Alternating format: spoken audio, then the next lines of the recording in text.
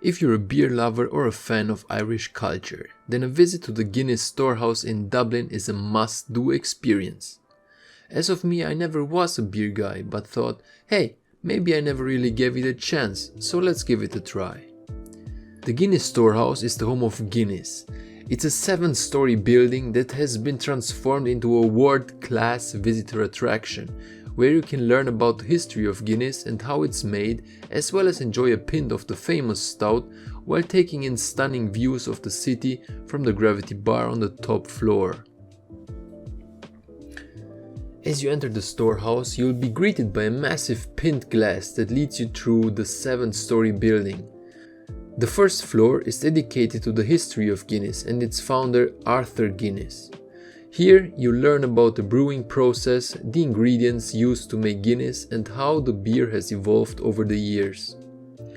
The first step in making Guinness involves producing malted barley. Barley is soaked in water, then allowed to germinate, which converts the starch in the barley into sugar. Later the barley is dried and roasted to produce a dark, rich malt. On the way you will learn that Guinness is brewed using a combination of malted and unmalted and roasted barley. The Mesopotamians, who first discovered beer, found that barley was especially suitable for brewing. Barley provides the basic raw ingredients for fermentation, contributing to the balance, flavor and uniqueness of Guinness beer. The roasted barley gives Guinness beer its characteristic deep ruby red color. Oh yes, and they use about 100,000 tons of Irish-grown barley every year, which is about 2/3 of the barley grown in Ireland. I came to learn that they are extremely picky with their yeast, to the degree that they are still cultivating Arthur's strain of yeast, which was originally used by Arthur Guinness in the brewing of Guinness beer. This yeast strain is believed to have been developed by Arthur Guinness himself, and it has been used in the production of Guinness beer ever since the brewery was founded. Water is also a main ingredient for brewing. Water used for brewing is also called liquor, indicating its elevated status.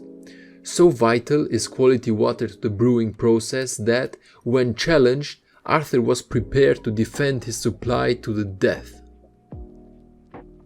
Okay, so we got water, barley, hops and yeast as the main ingredients.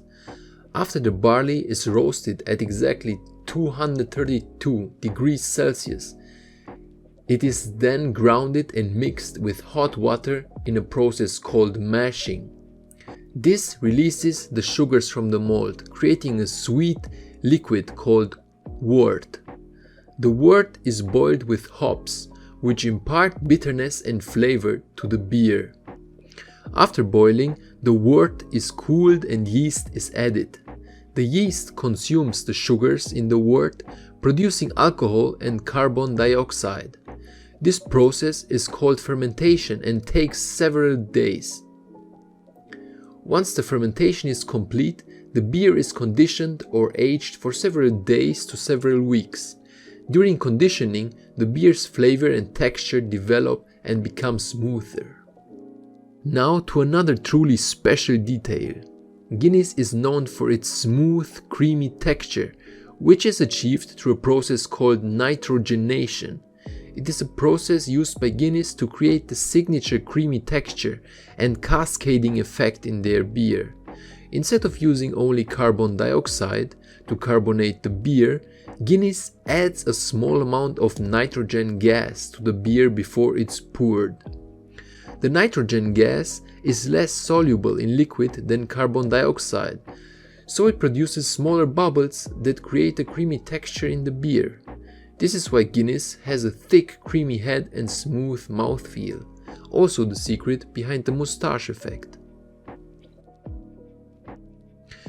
Funny fact, there is a group of people who have to taste check every batch of Guinness ever made before it goes to the stores and bars around the world to make sure it tastes adequate. Finally, the beer is packaged in bottles or cans and shipped to markets around the world. Nowadays we tend to forget the craftsmanship that once played such an important role in transport: cask making. The traditional cask making process is a time-consuming and labor-intensive craft that requires skilled artisans. However, the resulting casks are highly valued for their ability to enhance the flavors of the liquids they store and age. Today, while many modern techniques have been introduced to the process, traditional cask making is still practiced by a select group of skilled craftsmen and women who continue to honor the ancient craft. To learn more about the unique, different flavors, you are led through a dark tunnel into a white room with 4 different sources of vapor, each vapor representing a different flavor, which eventually mix together. The smell in this room was captivating, instantly grabbing your attention. It was a powerful fragrance that commanded attention with its rich, heady aroma. The top notes bursted with a vibrant, juicy sweetness that was both refreshing and hypnotizing, with a sparkling effervescence that tingled the senses. Changing from the nose back to the eyes, the Guinness Company has an incredible marketing history. One of the most famous Guinness advertising campaigns is "Guinness is good for you," which was introduced in the 1920s. This campaign claimed that Guinness had health benefits, such as providing iron, and it ran for several decades.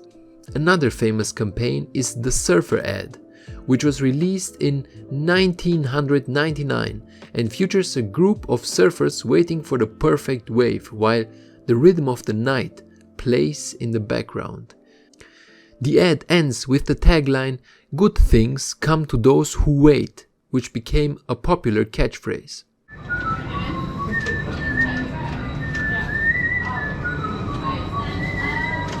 Finally, we reach the gravity bar on the 7th floor, where you can enjoy a complimentary pint of Guinness while taking in panoramic views of Dublin city. This is the perfect place to relax and enjoy the atmosphere, surrounded by the history and culture of Guinness. Tasting the beer was a different experience for me altogether. As I took the first sip of Guinness beer, I was immediately struck by the rich and complex flavors that unfolded. The deep dark liquid was velvety and smooth, with a thick and creamy head that lingered tantalizingly on my lips and tongue. The aroma was earthy, with notes of coffee, chocolate and roasted barley that mingled with the subtle sweetness of caramel and vanilla. Overpowering for me was the unforgiving bitterness, which only became stronger with every sip. All in all, the experience was truly remarkable and recommendable. It did increase my respect for the craft behind the beer a lot, and by watching this I hope it did the same to you. Thank you for watching, and until next time.